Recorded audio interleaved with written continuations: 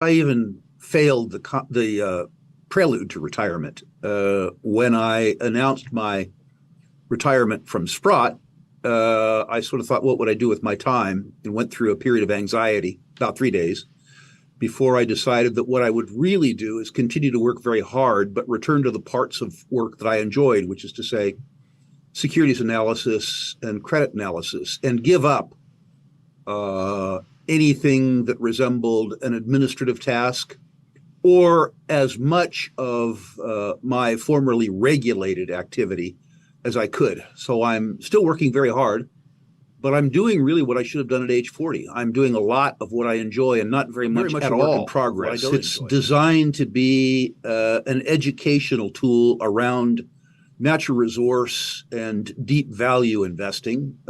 We have about 80,000 people on our list. I popularize it by ranking people's natural resource portfolios, which is to say I provide them information that's immediately useful to them. But I provide a range of other free services there too, including an accredited investors list, which is also free, that informs people when I'm doing a private placement with my own money. No guarantee, of course, that they can get in those placements, but I tell them why and what as a sort of an educational thing. And we also do every year an in-person investment conference. The last one was in Boca Raton, Florida. And next year we will do between 4 and 6 virtual conferences, online conferences, around topics like uranium, like exploration, like streaming and royalty, like private placements, like oil and gas, basically 8.5 hour day-long presentations. These are subscriber-based. You have to pay to attend. But absolute, no questions asked, money-back guarantee if you don't think you got your money's worth. I've called 17 of the last 3 economic declines absolutely accurately. The truth is I'm a long-term optimist because I'm optimistic about humankind. I'm a short-term pessimist because human beings are such political animals. I believe that the excesses of 40 years of artificially low interest rates and artificially induced liquidity and systematic overregulation and systematic faith by the citizenry in the government will probably cause us 3 or 4 very hard years, not too far in the future. I believe that the damage will be, like Warren Buffett would say, severe but survivable. And I intend to invest aggressively towards that period of time because I think there are certain demographic trends around the world, including, and I don't want to sound too woke, inclusion of women in the labor force and an increasing internationalization of the workforce through both technology and communications mediums. So while I see the intermediate and longer term future of humankind as very bright, every sector, I think we have a reckoning to go through to get there. If you revert to mean just in the United States market, over 40 years, the U.S. 10-year Treasury relative to the CPI stated rate of inflation, and I'm not going to argue in favor of the CPI as a measurement, but that's the most widely quoted measurement.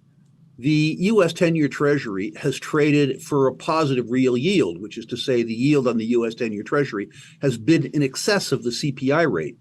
If the CPI rate is, as Congress states it, at 9%, that would suggest that the 10-year Treasury should be yielding 10% as opposed to 4%. The 30-year fixed mortgage has traditionally traded above the U.S. 10-year, which would suggest a 30-year fixed mortgage rate at 10.5 or 11.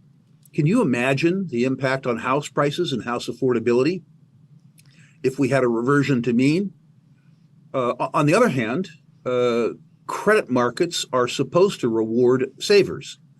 The manipulated credit markets that we've seen in the United States for the last 40 years really are a manifestation of a political war, a war by the politicians on the savers for the benefit of spenders.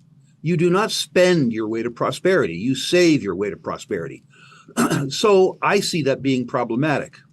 I see too, not just in the US market, but around the world, an increasing share of GDP going to the collective.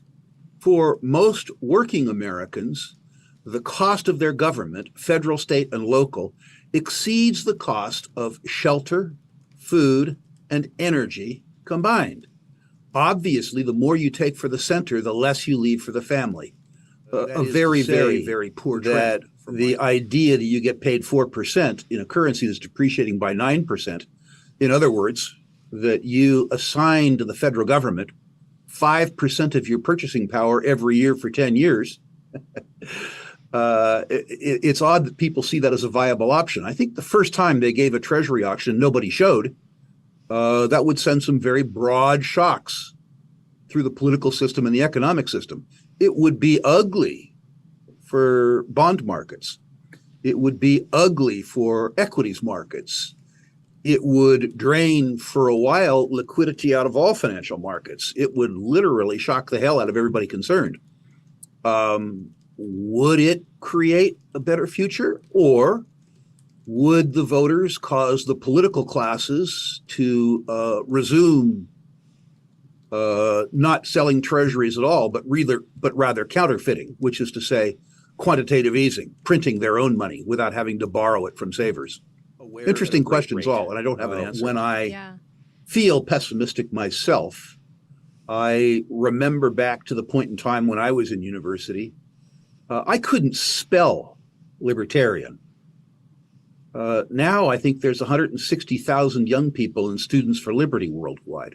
So among very young people, the adaptation of the values around individual initiative and private enterprise is growing very fast. And the consequence of that is that I feel very hopeful. I've very recently mentored young students in places as far away as Jakarta, Indonesia, and Goma in the Congo.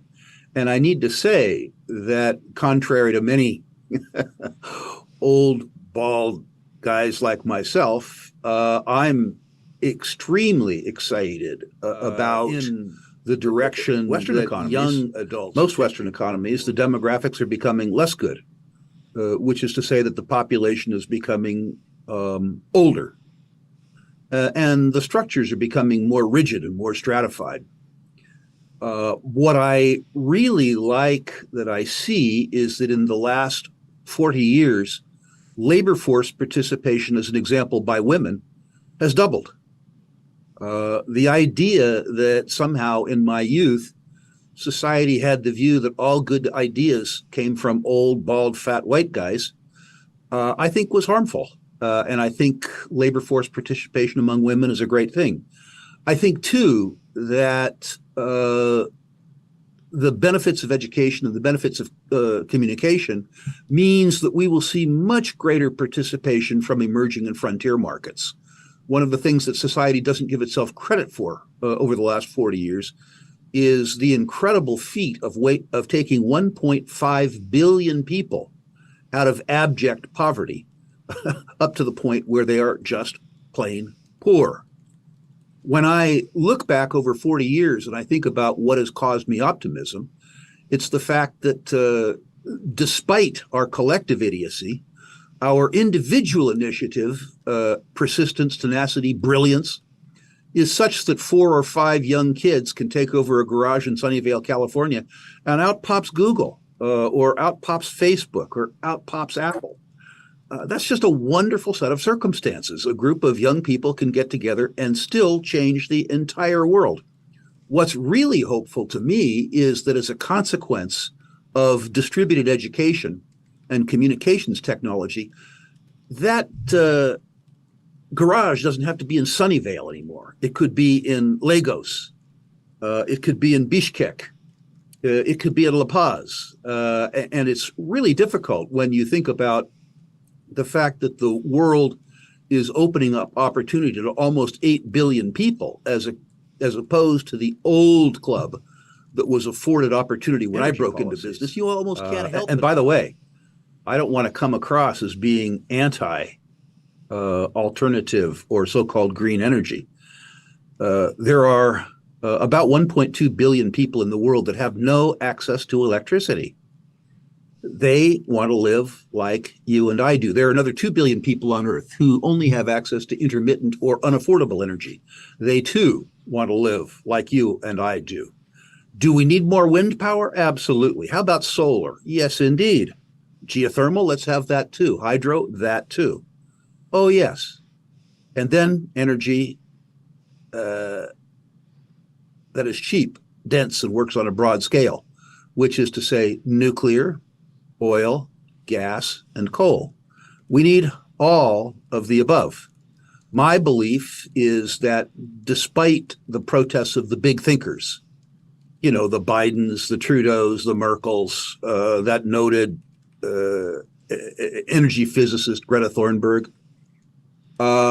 that peak oil demand will occur somewhere between 2040 and 2045. It's interesting to note that several trillion dollars have been spent in the last 20 years on various forms of alternative energy. And the market share of hydrocarbons has fallen from 82% to 81%, which is to say an investment of $3 trillion reduced our demand for oil and gas by 1%. Up to that. You've seen popular protests around Europe around the rising cost of living, including energy. You've even seen Greta Thunberg saying that the Germans can't shut down their nuclear plants.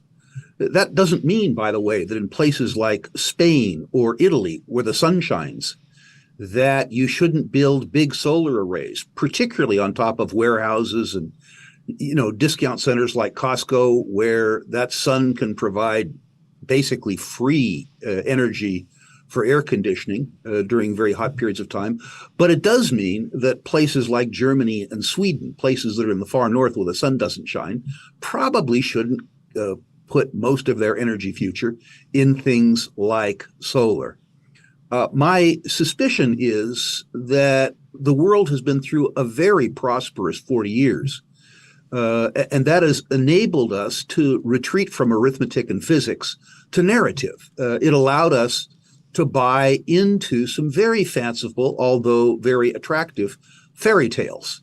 And my suspicion is that this period of excess prosperity is probably unwinding. And the consequence of that is that, again, I believe that there will be a retreat to arithmetic, to physics, to engineering, and a retreat away from narrative. However, encourage supply, pleasant, and they reduce demand, however unpleasant that might be for a diesel consumer like yourself.